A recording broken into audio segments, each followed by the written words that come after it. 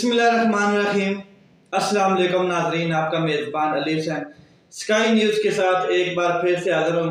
दो तीन अहम तरीन चीज़ें जो मैं आज आपके साथ शेयर करूँगा। एक, इलेक्शन कमीशन के हवाले से कि सुप्रीम कोर्ट का फैसला आने के बाद उसके खंदोखाल जो हैं वो कैसे हैं, इलेक्शन कमीशन क्या सोच रहा है, क्या अब भी हुकूमत के घर की लॉन्ड्री बना हुआ है या कोई अपना भी कानूनी दायरा कार इस्तेमाल कर रहा है, या अब उसको अपनी क्या कहते हैं कानूनी हैसियत का भी कोई अंदाजा हुआ है। एक चीज़। दूसरा, मैं आपसे बात करूंगा कि कल चेयरमैन तहरीक इंसाफ के जो चेयरमैन है इमरान खान साहब, उन्होंने यौम तशक्कुर का दिन मनाया और उसमें उन्होंने खिताब किया है। उसमें उन्होंने अदलिया के साथ कैसे स्टैंड होने की बात की है और इलेक्शन के हवाले से क्या बात की है, ये एक चीज़ शेयर करूंगा। तीसरा, मैं आपको बता दूं कि जो इत्तेहादी मरासला हुकूमत है, इसने अदलिया के खिलाफ एक नया महाज शुरू करने का ठान लिया है और ये महाज जो है वो ज़राए से हमें यह पता चल रहा है कि जो नून लीग के साथ इत्तेहादी हैं वो कोशिश कर रहे हैं कि किसी न किसी तरीके से हम अदलिया के साथ जंग ना करें, किसी न किसी तरीके से हम अदलिया के मुखालिफिन ना बने। मगर जो लंदन प्लान है, जो क्या कहते हैं मरियम बीबी क्या कहते हैं चमचा हिला रही है आजकल फ्रूट चाट में और साथ गालियां भी दे रही हैं, तो इस किस्म की जो प्लानिंग है उनकी, वो ये चाहते हैं कि अदलिया को छोड़ना नहीं है। अदलिया ने हमारे खिलाफ फैसला, उनकी हिम्मत कैसे हुई दी।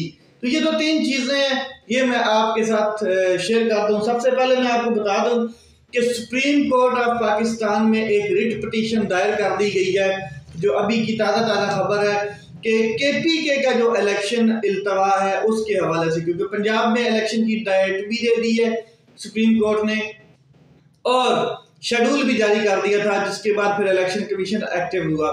तो स्पीकर कौमी असम्बली जो है, साबिक स्पीकर आप उन्हें कह सकते हैं, मुश्ताक गनी साहब, उनकी जानिब से पिटीशन दायर कर दी गई है सुप्रीम कोर्ट में और इलेक्शन कमीशन और गवर्नर को फ्रीक बनाया गया है। क्योंकि जब पहले क्या कहते हैं KPK के हवाले से पिटीशन जो दायर चल रही थी, उसमें जो सुप्रीम कोर्ट ने कहा था कि इलेक्शन कमीशन ने गवर्नर के साथ मिलकर तारीख देनी है, मगर गवर्नर जो है वो आए बाएं शाएं करता रहा, क्योंकि वो हुकूमती गवर्नर था मरासला हुकूमत की जानिब से, इस वजह से उसने कोई डेट अभी तक नहीं दी है।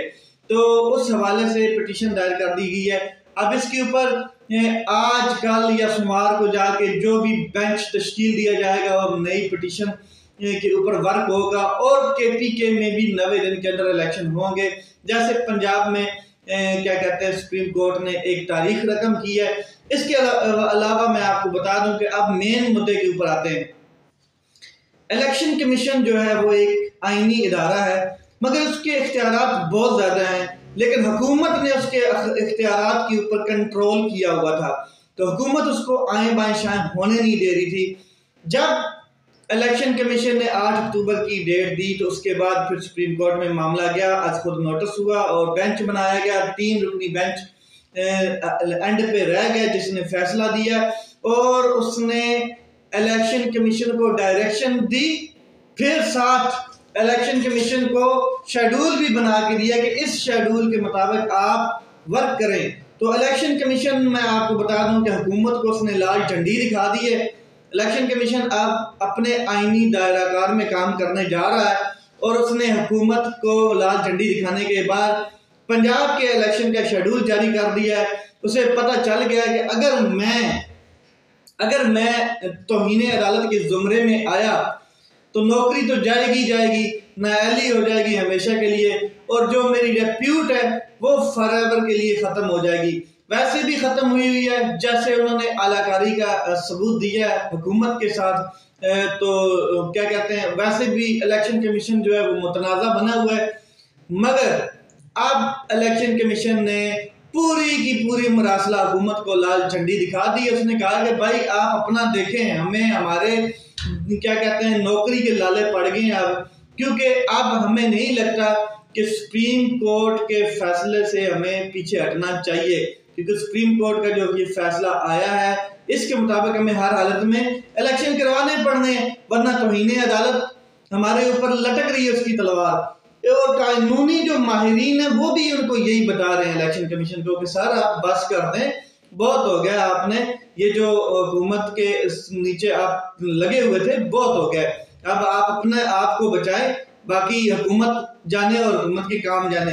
इसके अलावा हुकूमत ने ये ठान लिया है कि इलेक्शन किसी हालत में नहीं होने देने, एक चीज। दूसरा, जो 3 जजेस मज़हब जजेस जिसमें जस्टिस एजाज अल हसन, जस्टिस मुनीब अख्तर और जस्टिस उमर अता बंदियाल, जिन्होंने हतमी फैसला दिया 3 जजेस, उनके खिलाफ ये अब मुहिम चलाने जा रहे हैं और प्रैक्टिकली इसके ऊपर काम शुरू कर दिया गया है।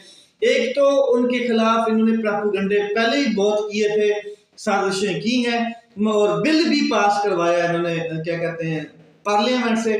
अब जो दोबारा ये सेटअप करने जा रहे हैं वो जरा ये कि एक तो काबीना का इजलास हुआ, काबीना ने इस फैसले को मुस्तरद किया, उसके बाद मुस्तरद करने के बाद उन्होंने कहा है कि जी तीनों जजेस के खिलाफ रेफरेंस दायर किया जाए। माहिरीन जो है कानूनी, उन्होंने उनको समझाया कि हुकूमत होश के नाखन ले, अगर आप लोग इन 3 मज़हब जजेस के खिलाफ कोई भी लीगली प्रोसीडिंग करेंगे या जैसे रेफरेंस दायर करने की अहमकाना आप सोच रखते हैं, तो तमाम बार काउंसिल्स इकट्ठी हो जाएंगी, तमाम वकला इकट्ठे हो जाएंगे, तमाम कानूनी माहिरीन इकट्ठे हो जाएंगे और आप एक बंद गली में फंस जाएंगे।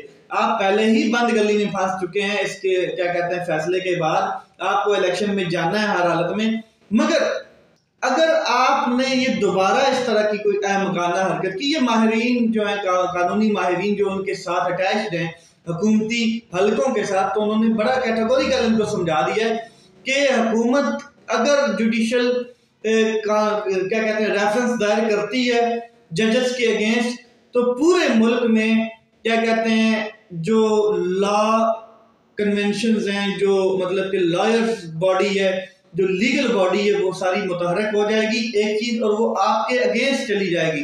फिर पीटीआई की मकबूलियत मजीद बढ़ जाएगी क्योंकि पीटीआई उस मौकफ को लेकर और आगे उनका बयानिया बन जाएगा।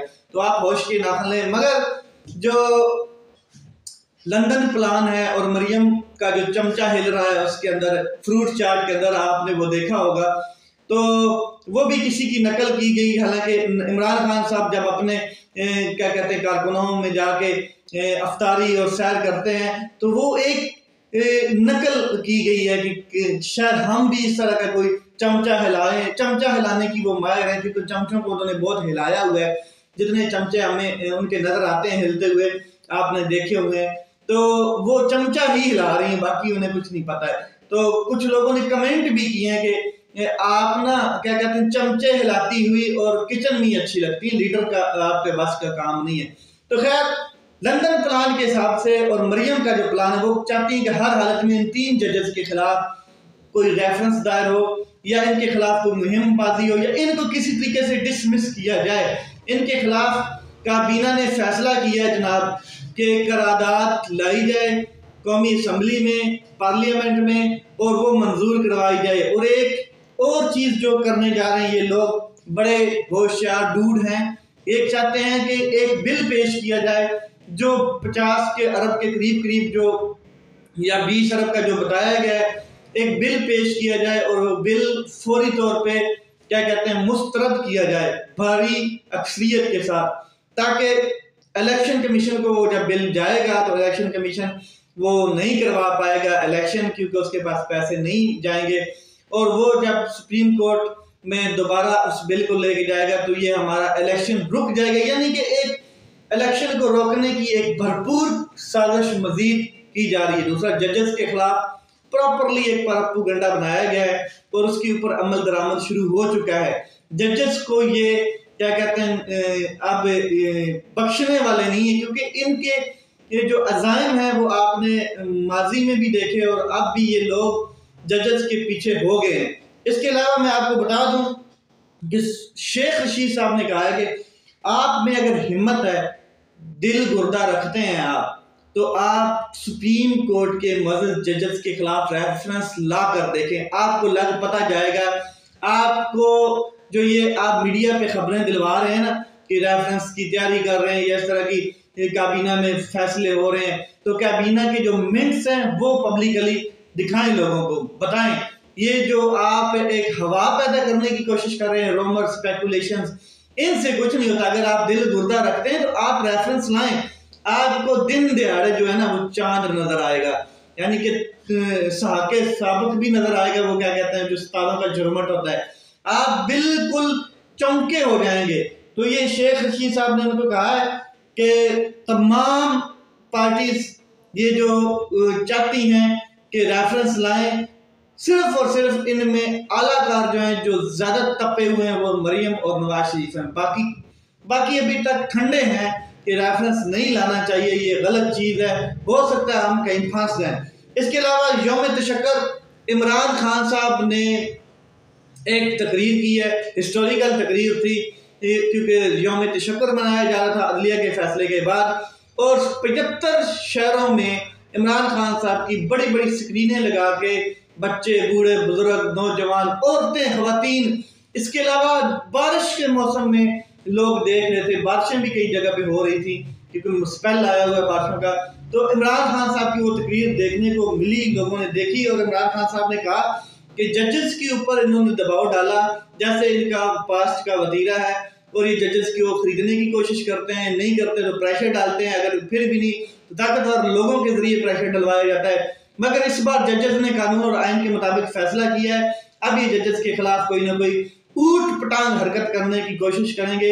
मैं अपनी कौम को कहता हूँ वो तैयार हो जाए, लीगल कम्युनिटी भी तैयार है, मैं कॉल दूंगा अगर इन्होंने इलेक्शन से फरार का कोई रास्ता निकाला, या इलेक्शन से भागे, या आइन तोड़ने की कोशिश की, या अदलिया के जजेस के खिलाफ कोई मजीद इन्होंने मुहिम चलाई, तो मैं कॉल दूंगा, आपने तैयार रहना। हम होंगे, सड़कें होंगी पाकिस्तान की, और दमादम मस्त कलंदर होगा। देखते हैं ये कैसे इलेक्शन से भागते हैं, देखते हैं ये कैसे इलेक्शन से ये भागने की कोशिश करते हैं। तमाम लोगों की इलेक्शन से फरार चाहते हैं, इनकी क्या कहते हैं काम पे टांग रही हैं, और ये लोग चाहते हैं कि किसी न किसी तरीके से हम भाग जाएं इलेक्शन से, और इलेक्शन मुल्क में ना हो, अक्टूबर में जाके इलेक्शन हो या उससे आगे जाए। जैसे क्या कहते हैं ये अक्टूबर में इनके पास कोई कानून का खजाना लग जाएगा और हालात बड़े मुस्बत होंगे। ये इलेक्शन करवाना ही नहीं चाहते क्योंकि ये पब्लिक मैंडेट से नहीं आए हुए लोग, ये एल्फी लगा के जोड़ेगी हुए लोग हैं। तो ये चीजें थी जो मैंने आपके साथ शेयर की। मजीद इनकी साजिशें दिन ब दिन आपको नजर आएंगी, ये किस तरीके से अदलिया के खिलाफ और बाकी मतलब क्या कहते हैं ताकतवर लोग मिले हुए हैं इनके साथ। अब जराए से एक और चीज हमें नोटिस हो रहा है, बताई जा रही है कि जो ताकतवर लोग हैं वो भी अब इनकी पॉलिसीज, जो गंदी पॉलिसीज हैं जिनकी वजह से उनको भी बदनाम कर दिया इन्होंने, वो भी अब क्या कहते हैं स्टेप डाउन कर रहे हैं, पीछे होने की कोशिश कर रहे हैं। तो इनके ऊपर से साया हट जाएगा ताकतवर लोगों का, तो ये खुद धड़म से नीचे आगे गिरेंगे। तो अपना ख्याल रखें, अपने भाई के स्टैंड का ख्याल रखें। पाकिस्तान जिंदाबाद।